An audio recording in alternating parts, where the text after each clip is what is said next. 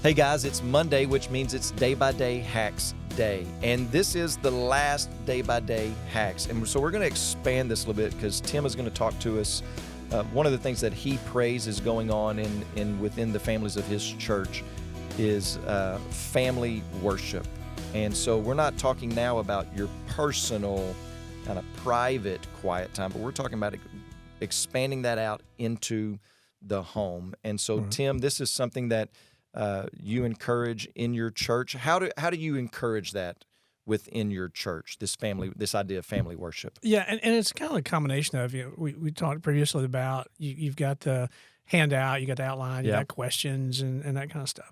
And so it's like, okay, we're trying to give you every possible resource we can. We have given books on family worship. We give you outlines. We give you websites to look at. We have one of our connection desk in our foyer is entitled Family Matters, and so any resource we come across that we think might be beneficial, we grab it and then we promote it. And so we're talking about Family Matters. That has kind of that double meaning. Right. Yeah. It matters in value, but there's also matters of the family. Yeah. And so we just try to highlight that weekly. Yeah. And say, try to encourage them, okay, this week sometime meet together as a family and talk about what we talked about here at church. Yeah. And you guys use just a real simple kind of reminder on to help families understand. Don't overcomplicate this thing. So tell us about what you tell your families that here are some essential ingredients for family worship. We've used it on Whitney's little book entitled Family Worship, and that he simplifies it down really well. And basically 3 elements that you try to have. You try to read scripture, incorporate music, sing a hymn or something that correlates with that, and pray. Yeah. And so read, sing, pray. Yep.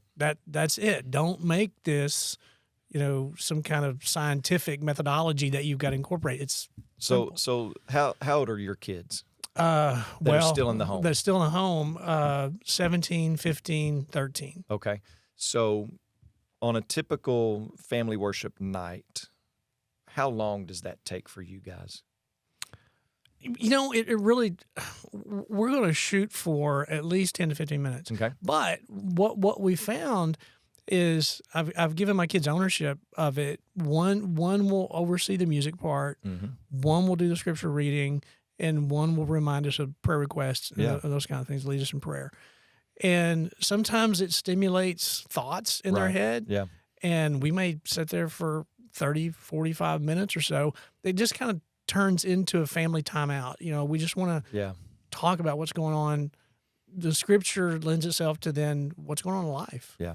And so it's so hard these days to communicate with family. Well, and I what I wanted people to hear was that you don't go into it expecting 30, 45 minutes. Oh, no. And for a family that's starting out, if this is something new to a husband and wife that has little kids or something like that, or even kids that are yours age, expecting 30 minutes is too much of an expectation. Yeah. Nobody's asking for that. One of the things we found, because usually in our church, it's Mount Olive Baptist, so everything's mob kids, mob youth, mob whatever.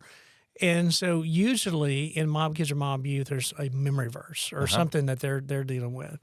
And so we've incorporated it too. And so I'll cast my laptop or phone up on the television screen.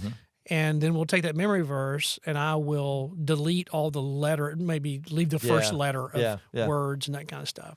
And so we'll kind of challenge each other about, read that verse. And sometimes my daughter, she's 13, she's dramatic and all this, but anyway, she will start reading it like she knows it and just throwing these random words into that verse.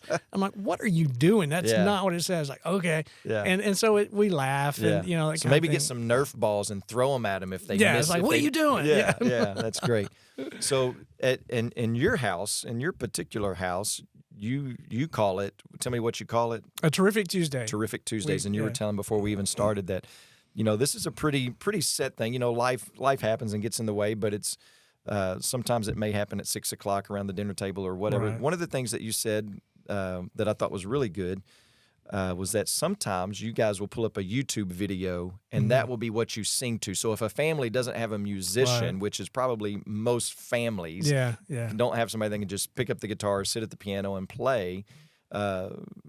Throw up a YouTube video of a worship song and sing together that way. Right. And so there's no lack of resources, or there's very little excuses. Right. And that's one of the things I have the opportunity. I try to meet with a lot of our men in the church, and we, it's like reject passivity, man. Just step up and be the man. Yeah. And like, well, I don't sing. Okay, YouTube video. Well, I'm not a good expositor of Scripture. Then Paul Washer Instagram, throw it up, or whoever, right? That's biblical, Yeah, sure.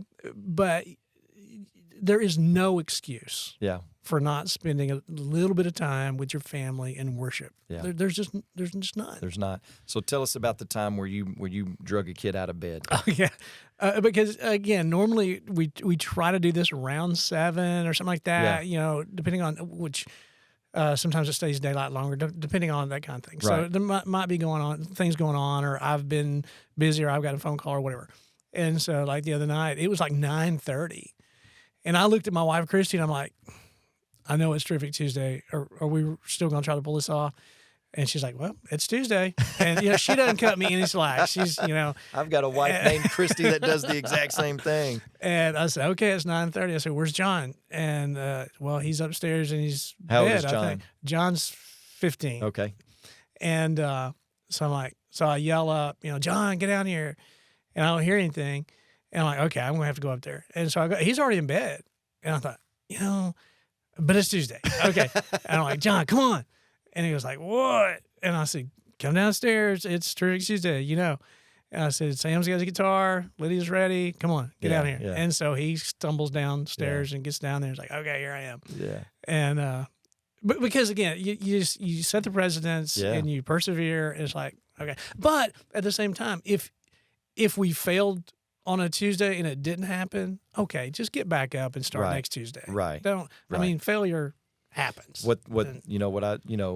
John will probably remember that for the rest of his life, but it's the consistency of it. Yeah. And for not just your kids, but to remind yourself, oh, this is why we do this. This is why we do this, that this is important. And this is what our home is centered around, and what it should be centered around anyway. You think about, I don't think anybody an unbeliever ever plans to go to church in order to get saved. But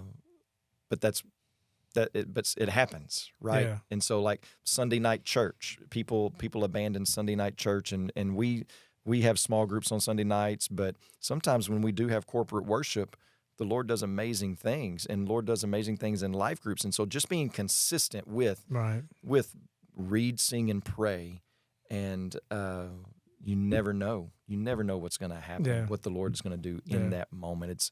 You don't schedule the Lord's movement or presence, to do amazing things in a church or in your family. And so just the consistency of it is huge. Man, Tim, thank you for being with us on Day by Day Hacks.